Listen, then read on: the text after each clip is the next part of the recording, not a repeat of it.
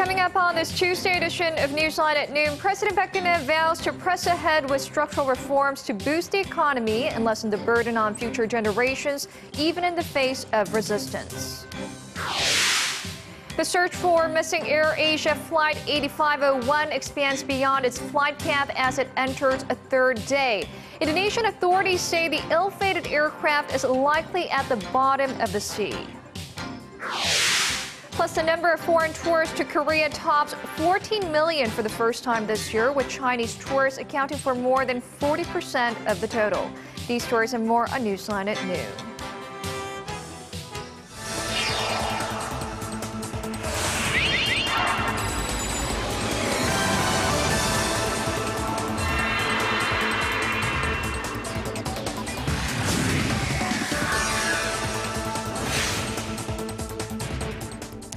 It's noon Tuesday, December 30th here in Korea. Thanks for tuning in. Live from Seoul, I'm Eoh Jin-joo. It's very good to have you with us. I'm Mark Broome. Our top story this afternoon, the search for the missing AirAsia flight, which disappeared en route from Indonesia to Singapore on Sunday, has been widened on this Tuesday amid fears the plane crashed somewhere into the Java Sea. So far, no trace of the plane has been found.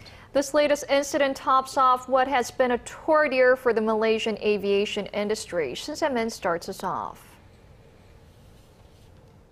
Investigators believe the missing AirAsia passenger jet that vanished with 162 people on board crashed somewhere in the Java Sea. Indonesian officials say flight QZ8501 is likely at the bottom of the sea, a hypothesis based on the coordinates of the jet when the last contact was made.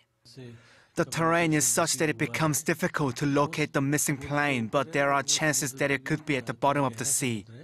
On Monday, Australian aircraft reported seeing suspicious objects roughly 1,000 kilometers away from where the jet lost contact, but it turned out to be unrelated. The missing jet is the third plane from a Malaysia-based airline to have been involved in an air accident or mystery this year alone. Malaysia Airlines Flight 370 disappeared in March in what has become one of the world's biggest unsolved mysteries in recent years. The plane that was carrying nearly 240 people was flying from Kuala Lumpur to Beijing when it disappeared without a trace. Not a single piece of debris has been found till this day. In July, Malaysia Airlines Flight 17 that was flying from Amsterdam to Kuala Lumpur was shot down over Ukraine by what many believe to be a missile fired by pro-Russian rebels. Russia denied any involvement and blamed Ukraine. The 298 people on board all perished. Up until this past weekend, AirAsia had a very impressive safety record and had never lost a plane. Hope has receded that any survivors will be found, but the search goes on. Shin Se-min, Arirang News. Korea's efforts to attract foreign tourists are paying off. A record number of visitors from overseas, more than 14 million, have visited Korea so far this year.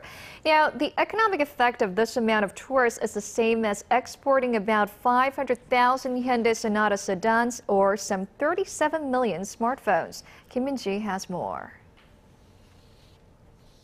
Korea is fast becoming a hot tourist destination. According to the Korea Tourism Organization, the number of foreign visitors to Korea this year sped past a new record high of 14 million this week. That's up more than 16% from a year ago and marks the fastest pace of growth in a decade.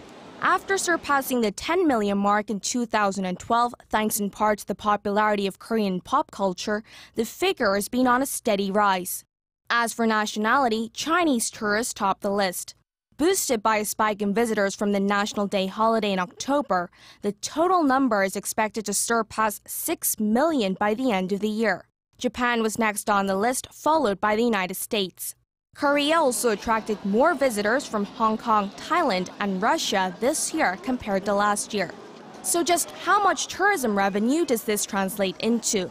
The tourism organization says almost $18 billion, which is up more than 20% from last year.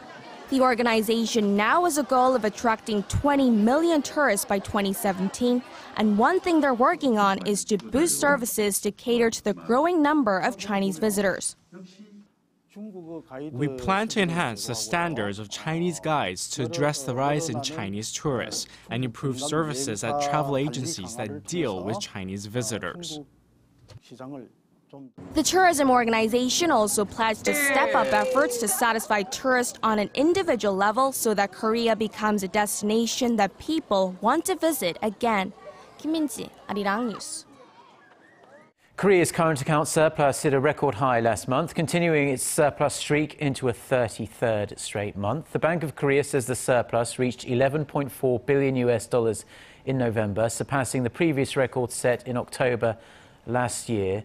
Both exports and imports dropped from a year earlier, but inbound shipments shrank at a faster rate due to tumbling oil prices, with exports logging $50.2 billion and imports $40 billion. The nation's accumulated current account surplus has totaled $81.9 billion so far this year, nearing its annual forecast of $84 billion. Now, the Korean economy is showing signs of recovery, but managing to pick up a decent head of steam is proving to be quite a challenge. Statistics Korea says the country's output across all industries edged up 0.1% in November from the previous month, marking the second straight month of increase. It did slow from a 0.3% monthly increase in October, though. The rise in November was driven by production in the manufacturing and mining sector that saw output rise 1.3% during this period, helped by demand for cars and semiconductors. However, when compared to November last year, last month's industrial output was down 0.5%. Korea's National Assembly voted on nearly 150 bills on Monday, but grabbing most of the attention were just 3. Related to real estate, that will hopefully ease market regulations. For more on how much of an impact these new laws will have, not only on homeowners but also renters and investors, our Kwon So-ah reports. In the last plenary session of the year, Korea's 2 political parties agreed to relax 3 real estate regulations. They hope the bills will help perk up Korea's property market. One will do away with a tax that acts as a burden for owners of redeveloped properties. Currently, the government can demand up to 50% of the profits made from the rise in value of a redeveloped property. For example, if an apartment owner sees their property value increase by $90,000 after the house was rebuilt, they might have to pay up to $45,000 in taxes. But the new bill eradicates that provision starting next year for a period of 3 years. Another change deals with the houses being rebuilt in the outskirts of Seoul, where redevelopment is limited due to concerns of population density. Right now, homeowners are only allowed to claim 1 house if in these areas. But the new bill allows them to claim up to 3 houses. They hope this will encourage homeowners to rent out more of their properties, which will help supply more rental homes. Apart from plans to boost the property market, the government also plans to work on stabilizing the housing market for middle and lower-income households. This includes launching a special committee that will focus on settling disputes between tenants and landowners. Kwon So-ah, Arirang News.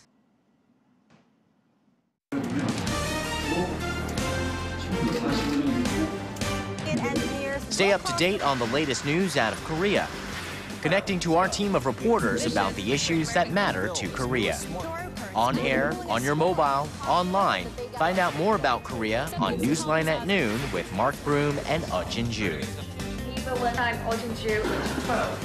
Market researcher, strategy analytics, said Thursday that LG Electronics. As we enter the final stages of 2014, President Park Geun-hye has been checking up on the government's progress on policy initiatives this year and its goals for next year. The Korean leader said Monday that she remains committed to pushing through her ambitious economic and social reform plans. Choi San reports. President Park Geun-hye has reiterated her determination to root out social ills and to carry out reforms to revitalize the economy. 저는 어떤 어려움이 있어도 해야 할 개혁은 반드시 해 나갈 것입니다.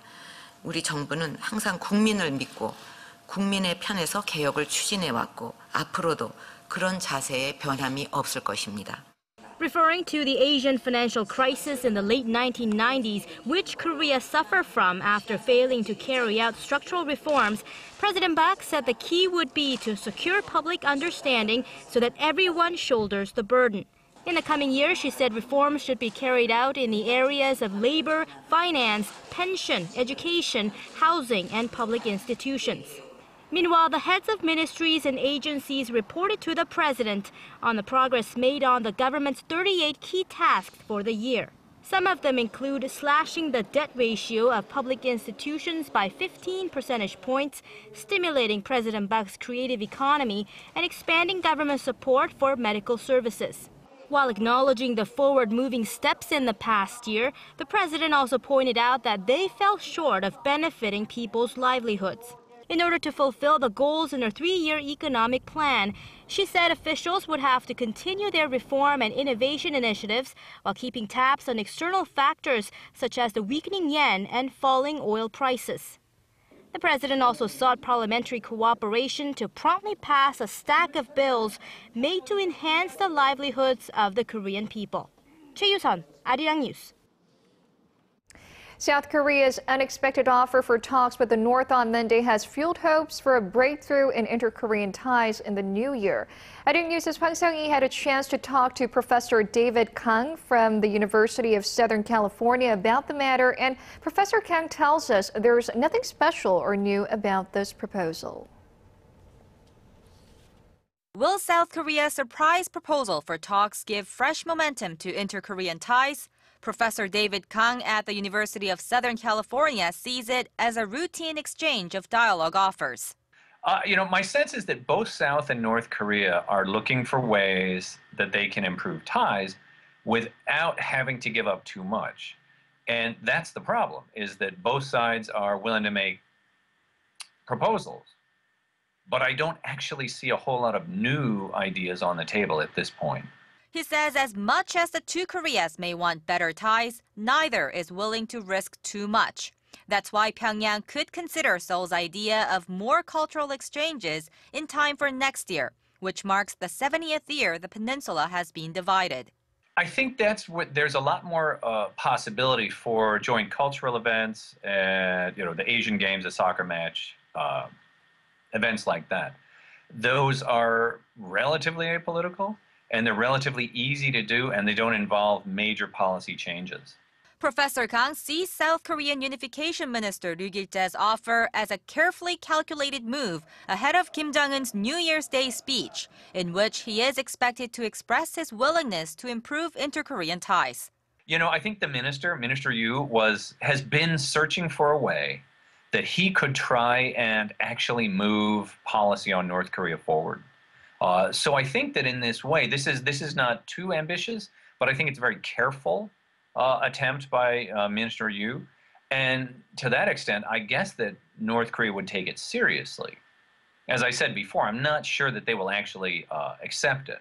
Nonetheless, the expert does not expect Pyongyang to enter a cycle of provocation anytime soon, saying there's nothing particular on the horizon that will bother the regime that much. Park Geun-hye, Arirang News.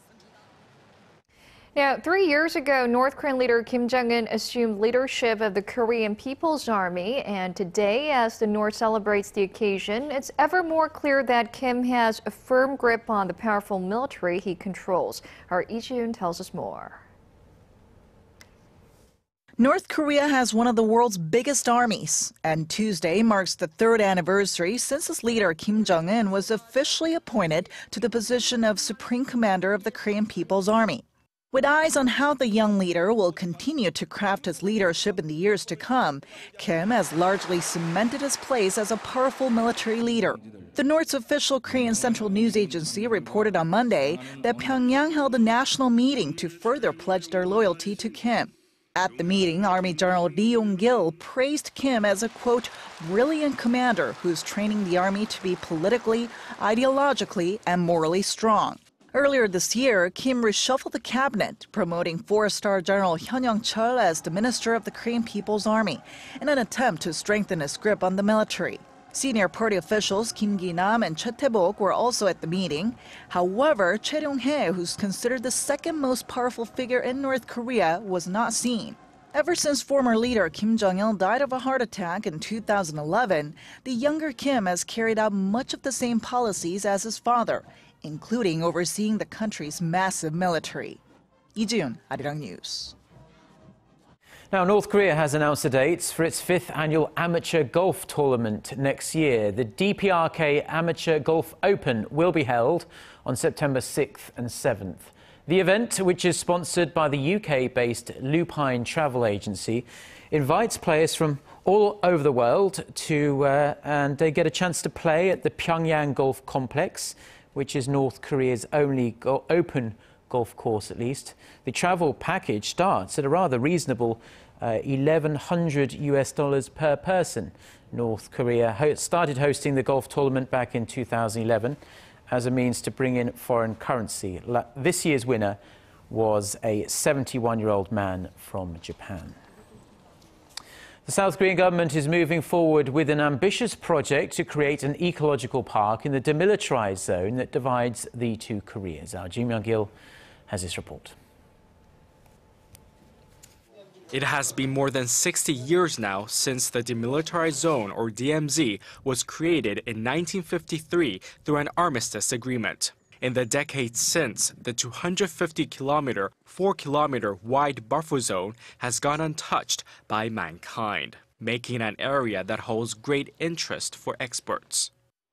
The DMZ presents a lot of challenges that mankind does not really know how to solve. It is the one and only place on Earth where we can pour in our thoughts and use our imaginations to benefit humanity. The South Korean government has proposed conducting joint research of the ecology within the DMZ to turn the DMZ into a world peace park. We will set up specific plans for the DMZ World Eco Peace Park and carry out joint surveys of the DMZ ecosystem with international organizations and North Korea. The South Korean government has earmarked nearly $30 million for the Eco Peace Park project and hopes to conduct a series of on-site surveys next year. The government hopes to begin construction on the envisioned peace park before President Park Geun-hye's term ends in early 2017. Jim Young-gil, Arirang News. Now, shifting gears quite a bit now, and twins are not the rarity they once were here in South Korea. The proportion of twins, triplets and other multiple births among the total number of childbirths has in fact increased threefold over the course of 20 years. Statistics Korea says that so-called multiple births accounted for 3.3% of the babies born last year. In 1993, that figure stood at just 1.1%. While Korea's birth rate has generally been on the decline, multiple births haven't stopped rising since related data started being recorded. The increase is attributed to more Korean women turning to fertility treatments. And doctors say that while there is just a 0.1% chance of having a multiple birth by natural pregnancy, the chance rises to 25% for pregnancy done through vitro fertilization.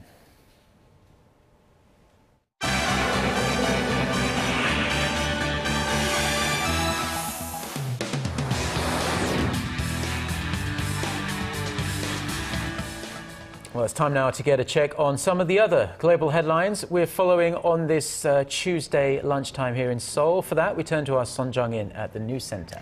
Now, Jung-in, the dramatic rescue of passengers from a burning Italian flag ferry in the Adriatic Sea is now over, with the remaining people winched off the vessel to safety. That's right, Jin-joo. The Italian Coast Guard says 10 people died, while 427 people were brought to safety during the 36-hour-long rescue operation from the blazing ferry. And although it is yet to be confirmed, there are fears that many more could be missing. Officials say boats and helicopters will remain in the area to continue searching for possible victims.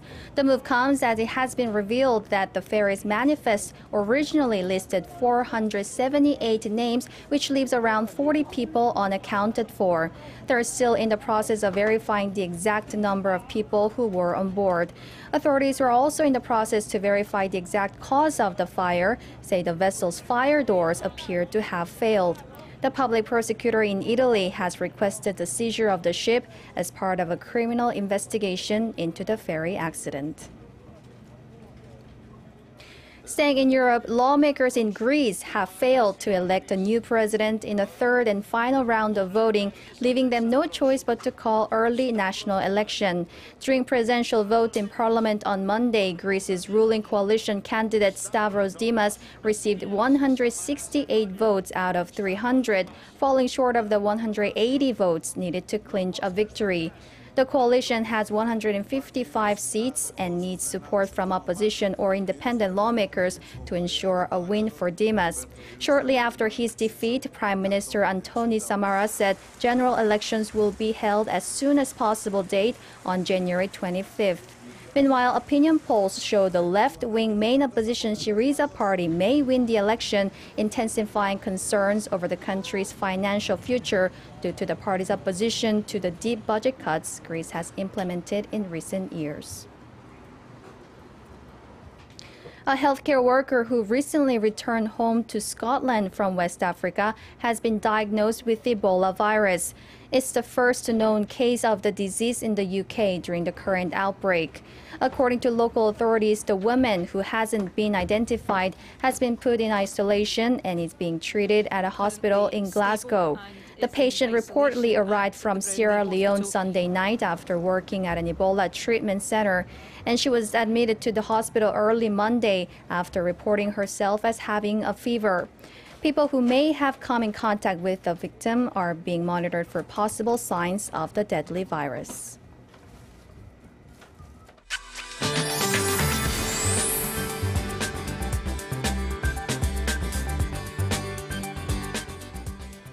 It's another mild day here in Seoul. I'm Michelle Park here with your latest weather forecast. The comfortable temperatures continue today. However, a fine dust advisory remain in effect for most of the nation. Currently, readings are ranging from 100 to 160 micrograms per cubic meter, which is about 2 to 3 times higher compared to the normal levels. So try not to stay outside for too long if you can avoid it. And we are seeing clear skies today. However, due to the mix of fog and fine dust, we'll be seeing more of smog across the country. And looking ahead to the rest of our week, nationwide rain or snow is expected tomorrow, which will fortunately wash away the pollution.